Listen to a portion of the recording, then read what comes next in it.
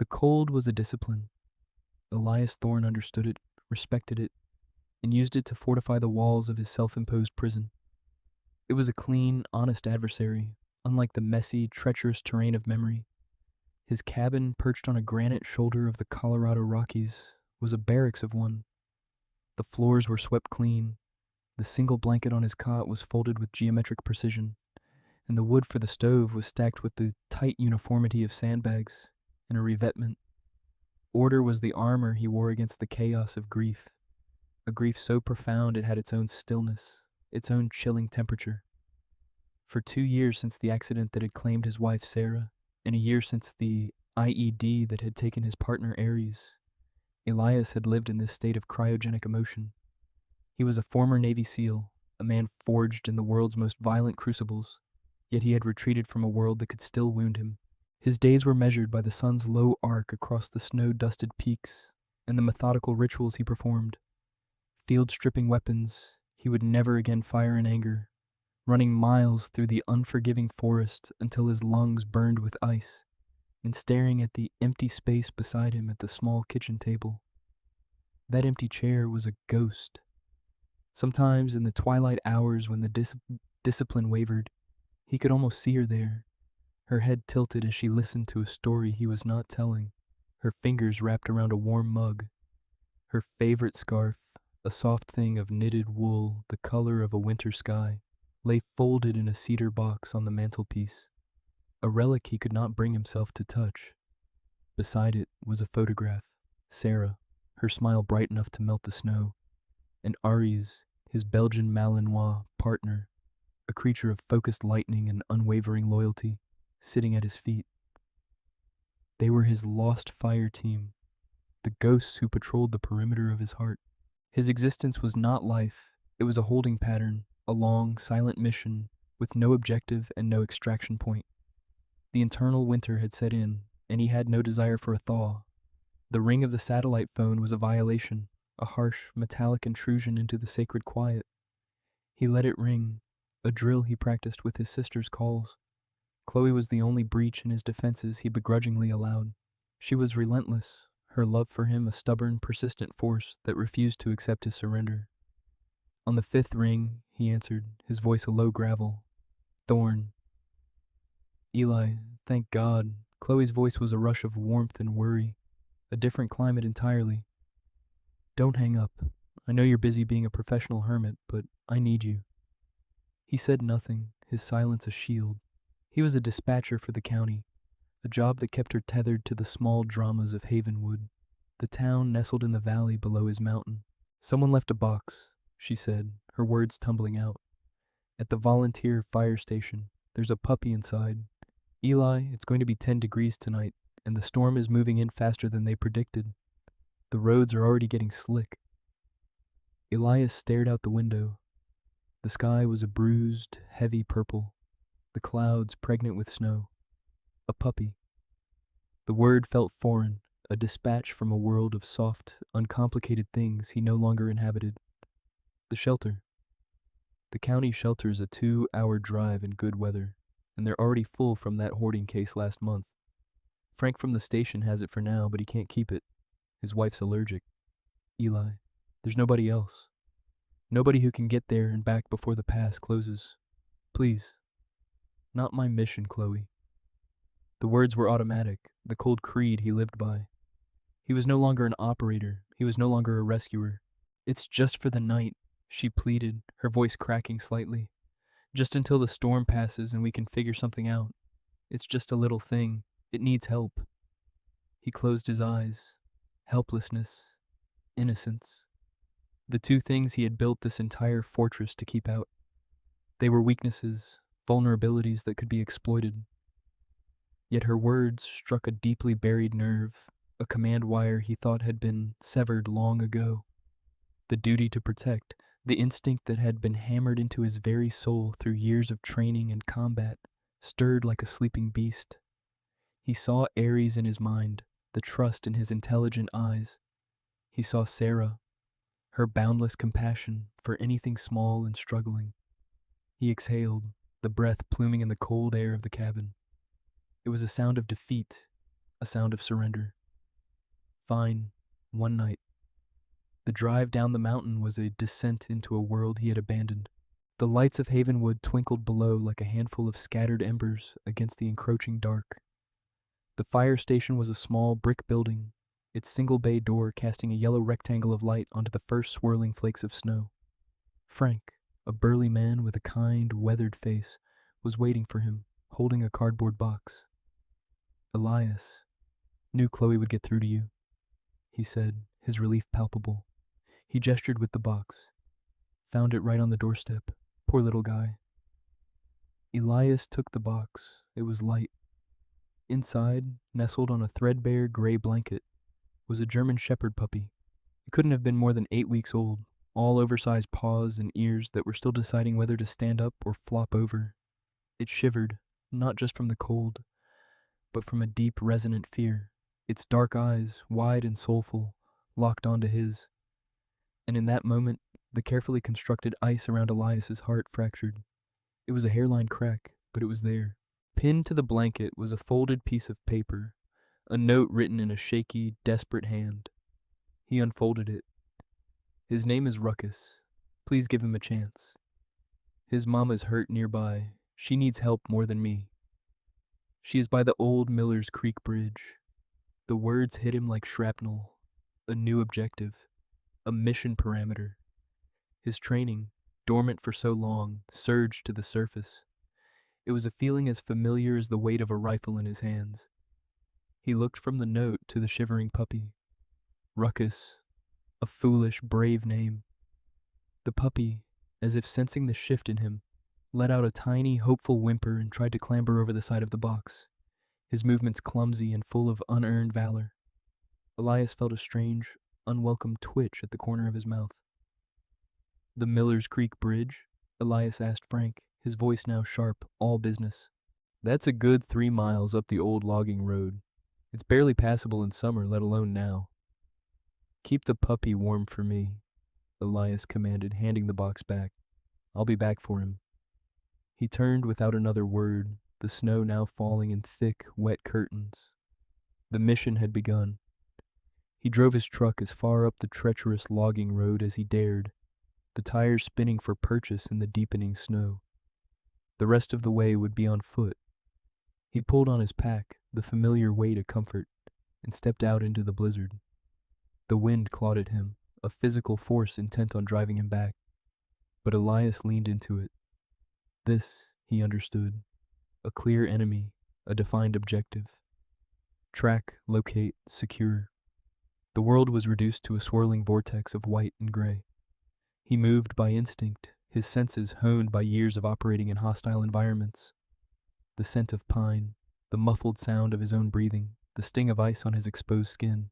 He found the bridge, a skeletal ruin of rotting timbers spanning a creek choked with ice. The note had been an act of faith, a desperate flare sent up in the dark. Now it was up to him to answer. He began his search, a slow, methodical sweep. His eyes scanned for any sign, a track, a drop of blood, disturbed snow. Under the bridge's main abutment, shielded slightly from the storm, he found her. She was magnificent, a noble German shepherd, her coat the color of sable and smoke. Her front paw was caught fast in the rusted jaws of a coyote trap, the chain pulled taut. She was weak, her breathing shallow, but when she saw him, a low growl rumbled in her chest.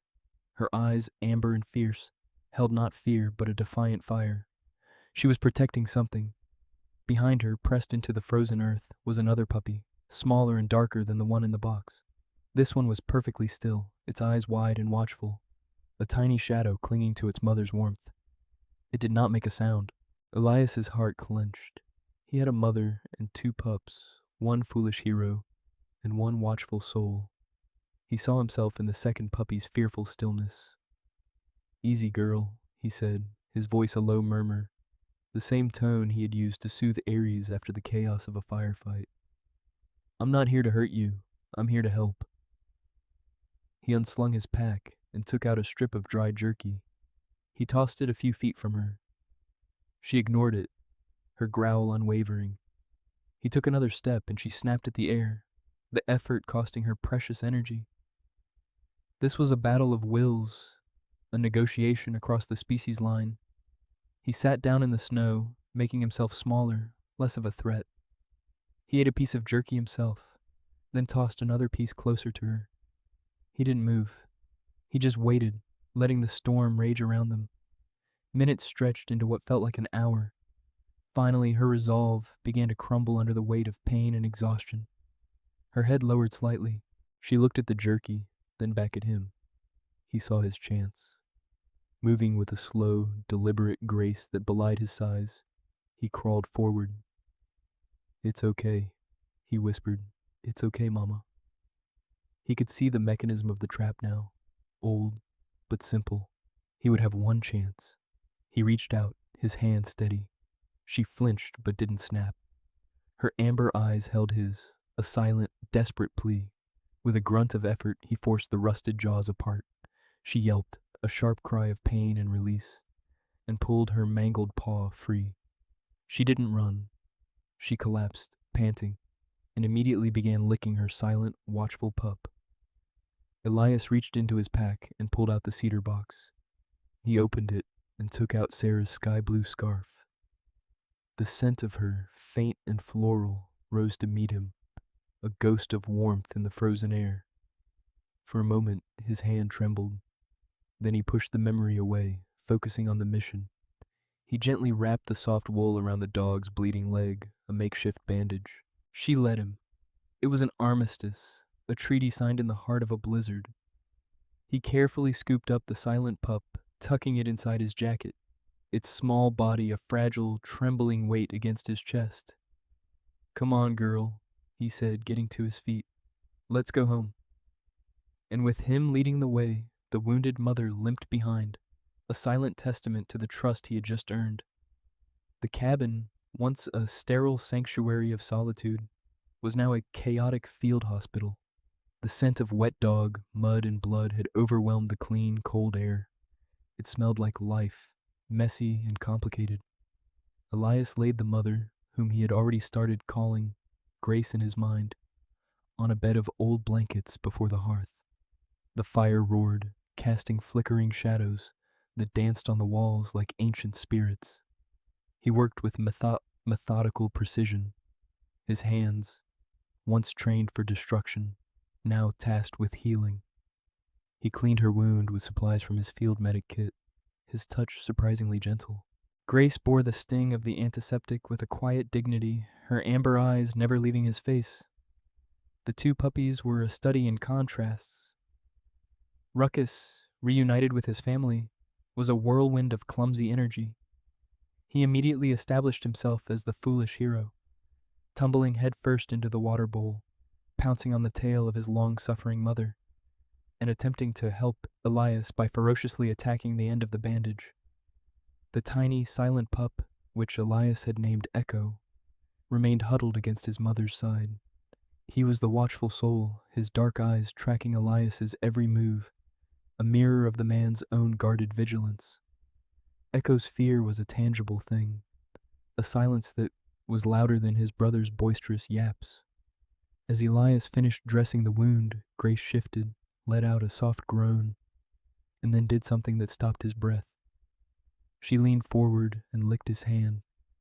It was not a tentative touch, but a slow, deliberate gesture of gratitude, of trust. The warmth of her tongue on his skin was like a live current, short-circuiting the frozen circuits of his heart. The crack in the ice widened, and for the first time in 2 years, something other than grief threatened to flood through.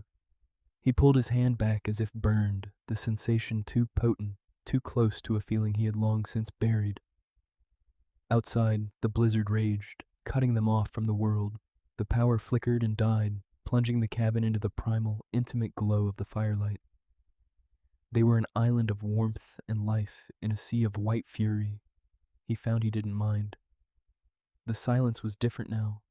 It was filled not with the ghosts of what was lost, but with the soft breathing of the dogs, the crackle of the fire, and the frantic, happy snores of a puppy dreaming of heroic deeds.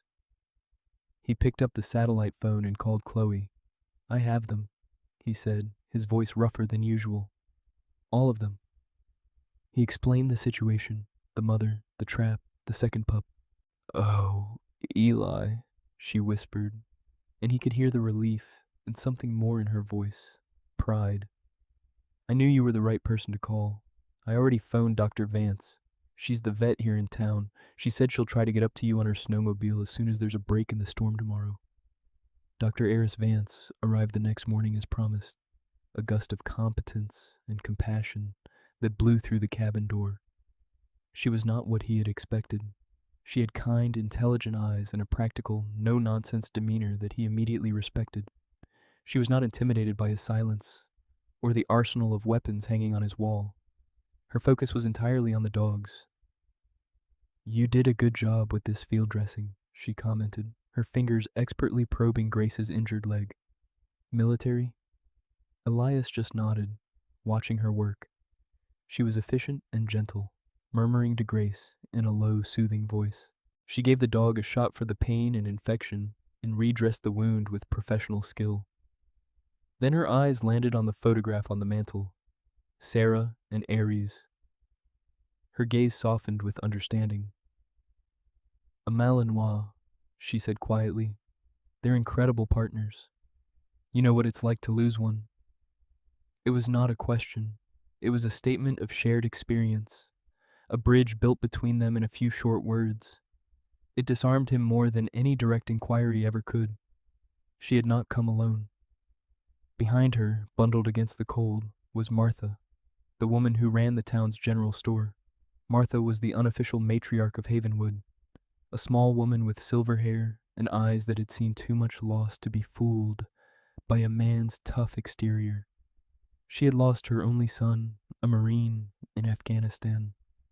She carried a heavy cast-iron pot that filled the cabin with the rich aroma of beef stew, and a bag filled with puppy food and soft blankets. She said little, simply placing the stew on his stove to warm and arranging the new bedding for the dogs.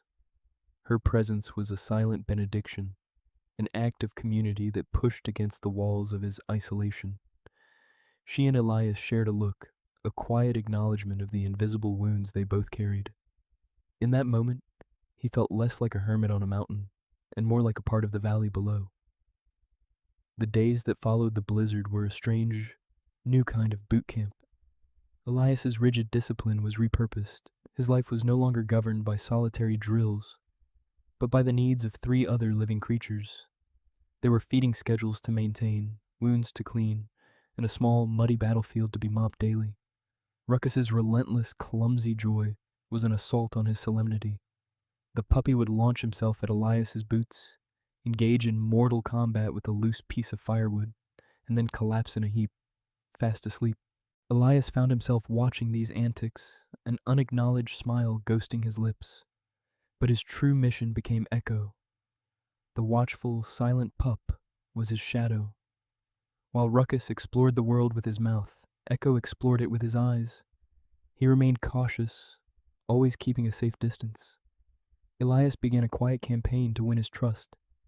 He would sit on the floor, not looking at the pup, and leave a small piece of kibble near his hand. For days, the food remained untouched. Then one afternoon, as Elias was cleaning his rifle, a ritual of meditation, he felt a feather-light touch, a cold, wet nose tentatively pressed against his hand. He froze. Echo, without taking his eyes off him, delicately took the piece of kibble and retreated to his mother's side. It was a victory more profound than any he had ever known on a real battlefield. The internal winter was beginning to thaw. The fortress was becoming a home. The thaw in the mountains brought with it a different kind of intrusion. A week after the storm, a county vehicle made its way up the now passable road, its official insignia a stark emblem of the world Elias had shut out. A man in a crisp uniform stepped out. His name was Mr. Thompson, an animal control officer with a tired face and an air of weary bureaucracy. He was not a villain. He was simply a man governed by rules, and Elias's newfound sanctuary was in violation of several of them. "Mr. Thorne," he began, his eyes taking in the scene, the magnificent German shepherd resting on the porch, the 2 puppies wrestling in a patch of sunlight. "We received a report about stray animals at this residence. They're not strays," Elias said, his voice flat and hard. The old armor was back in place, polished and ready. Lished. Thompson sighed, pulling out a clipboard. Sir, I understand you took them in during the storm, and that's commendable. But the law is the law. The mother is unregistered, has no collar or tags. The puppies need to be brought to the county facility for health evaluations, vaccinations, and processing for adoption. The words processing, facility, adoption were like enemy fire. They were clinical, sterile terms that stripped away the reality of what had been forged in this cabin. They did not account for the trust in Grace's eyes, the foolish bravery of Ruckus, or the cold nose of Echo finally touching his hand. They did not account for the fact that these animals had breached his defenses and started a fire in a place he thought was frozen forever. They're not going anywhere, Elias stated, his stance widening slightly, a subconscious shift into a posture of defiance. Sir, I'm not trying to be difficult, Thompson said, his tone patient but firm. It's protocol. We need to hold them for a period to see if an owner comes forward. Then we can begin the process. You can, of course, apply to adopt them yourself, but it all has to go through the proper channels. Proper channels. Elias knew about channels. He had spent a lifetime navigating them, and he knew they were often cold, unforgiving rivers that swept away the things that mattered. This man saw 3 unregistered animals. Elias saw a family. His family. The thought was a shock, a sudden, illuminating flare in the darkness of his mind. They are not strays, he repeated, his voice low and dangerous. They are with me. Thompson's patience was wearing thin. He wrote on his clipboard, I'm issuing you a formal notice. You have 48 hours to surrender the animals to county custody at the shelter. If you fail to comply, we'll have to return with a warrant. He tore the sheet from the clipboard and held it out. Elias did not take it. After a tense moment, Thompson placed it on the porch railing. Don't make this harder than it has to be, Mr. Thorne. I'm just doing my job. As the county truck disappeared down the mountain, Elias felt a cold dread that had nothing to do with the weather. The world, with its rules and its forms and its dispassionate logic, was coming to take his new mission away. He looked at Grace, who had risen to her feet, a low growl in her throat as she watched the truck leave. He looked at Ruckus, blissfully unaware, chewing on the corner of the unwelcome notice. He looked at Echo, who had pressed himself against Elias's leg, a small, warm anchor in a sudden storm. For the first time, he was not fighting ghosts from the past. He was fighting for a future he hadn't known he wanted until it was threatened, and he would not lose again. The institutional threat unsettled the fragile peace of the cabin. Grace, perhaps sensing Elias's tension or the lingering scent of the stranger, grew restless. Her maternal instincts, always simmering just below the surface, came to a boil. She saw the world outside the cabin, not as a home, but as a place of traps and threats. That night, under a sliver of moon, she acted. The temporary patch Elias had nailed over a hole in his porch fence, a task he had done with distracted haste after Thompson's visit, was no match for her quiet, determined chewing. She worried the wood until it gave way, creating a small opening. She nudged her puppies through it, and then slipped out after them, melting into the deep shadows of the forest. Her mission was simple: find a safer den, away from the scent of men and their rules. Elias woke just before dawn to a silence that felt wrong.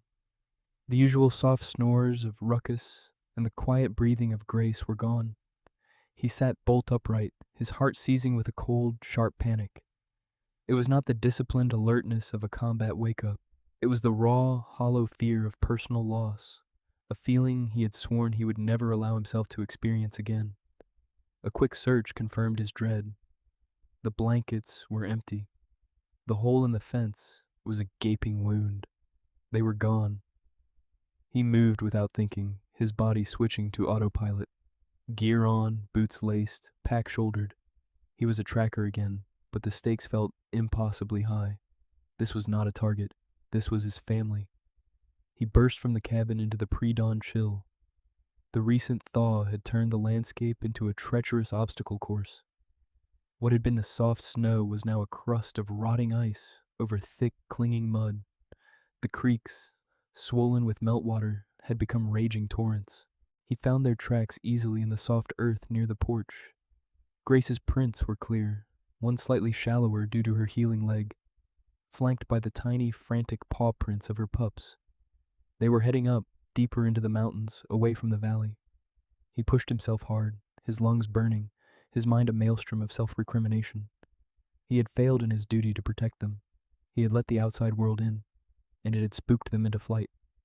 He tracked them for over an hour, the trail leading him to a narrow gorge he rarely visited, a deep scar in the mountainside, its bottom carved out by a furious, churning creek. And there, on the opposite side, he saw them.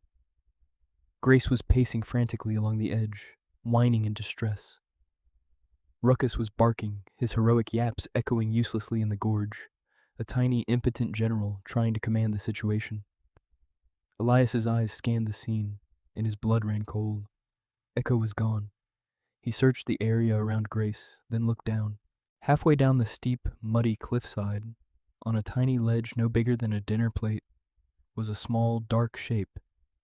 The little watchful soul had slipped. He was trapped just feet above the raging, ice-cold water that would sweep him away in an instant. Without a second thought, Elias began scrambling down his side of the gorge to find a crossing point. He found a fallen log downstream, slick with ice and moss, and navigated it with the focused balance of a man who had walked far more dangerous bridges.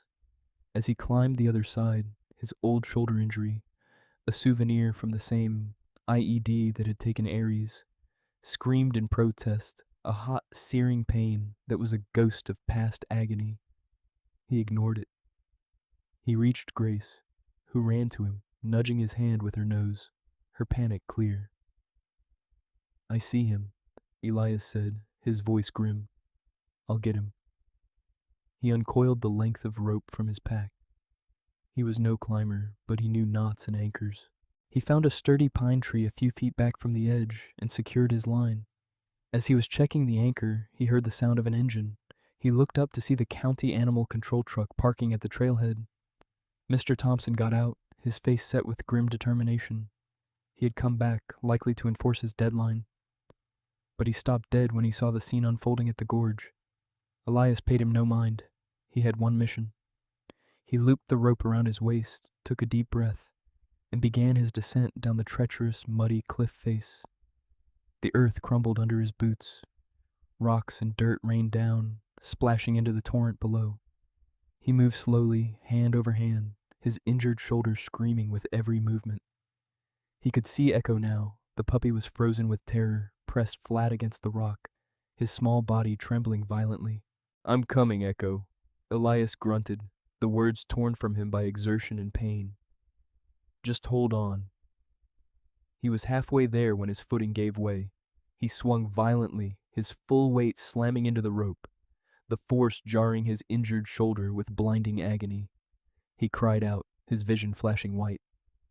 For a moment he dangled, the world spinning. From above, he heard Thompson shout, "Do you need help?"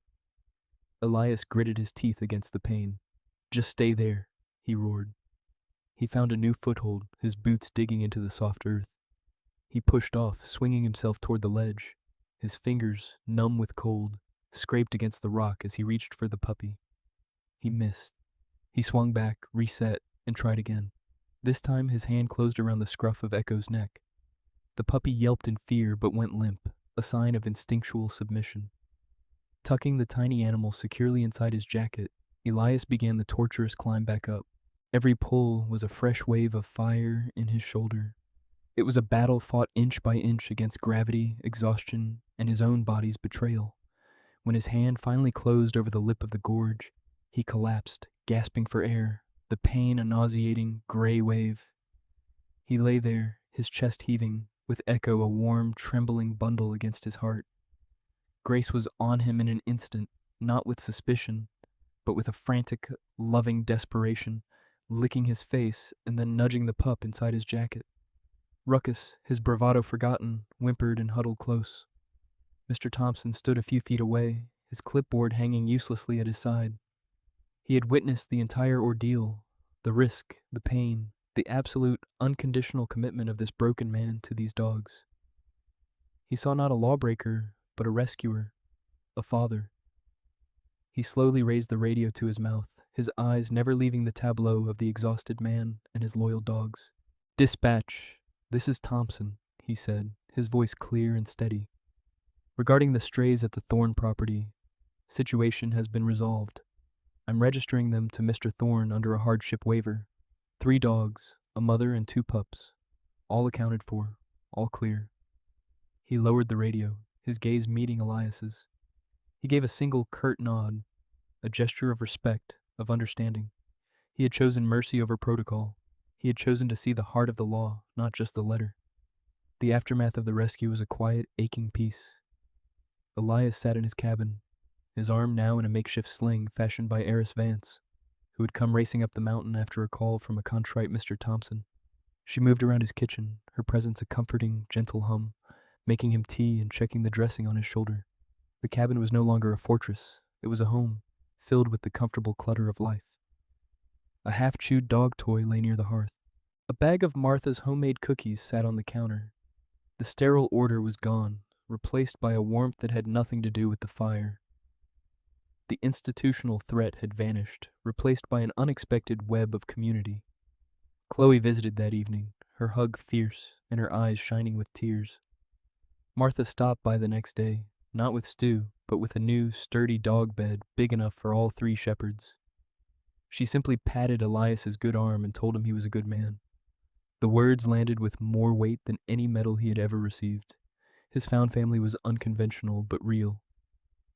It was a quiet veterinarian with knowing eyes, a tough-as-nails sister, a wise woman from the general store, and 3 4-legged souls who had, in their own way, conducted the most successful rescue mission of his life. They had extracted him from the wreckage of his grief. Days later, Elias sat on his porch as the sun bled orange and purple across the peaks. The air was cool and clean, carrying the scent of pine and damp earth. It was the first spring thaw.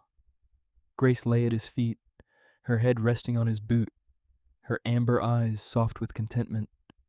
Ruckus, the foolish hero, was engaged in a clumsy, joyous campaign to herd a grasshopper across the yard.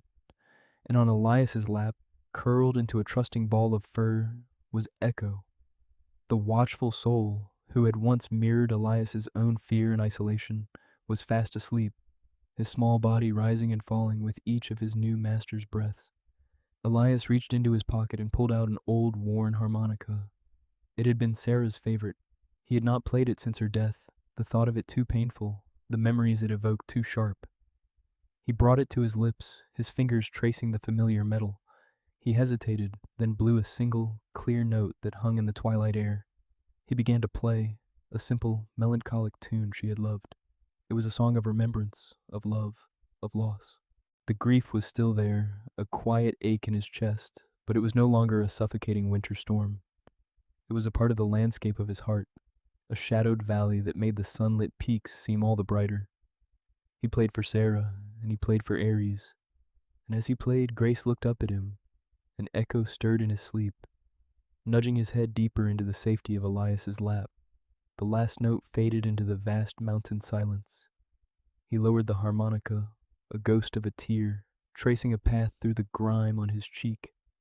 He looked at the dogs, at the home he had inadvertently built, at the future that stretched out before him, not as an empty expanse, but as a new, vital mission. And for the first time in a very long time, Elias Thorne smiled. It was a real smile, born of pain and healing, of rescue and being rescued. The soldier had finally come home.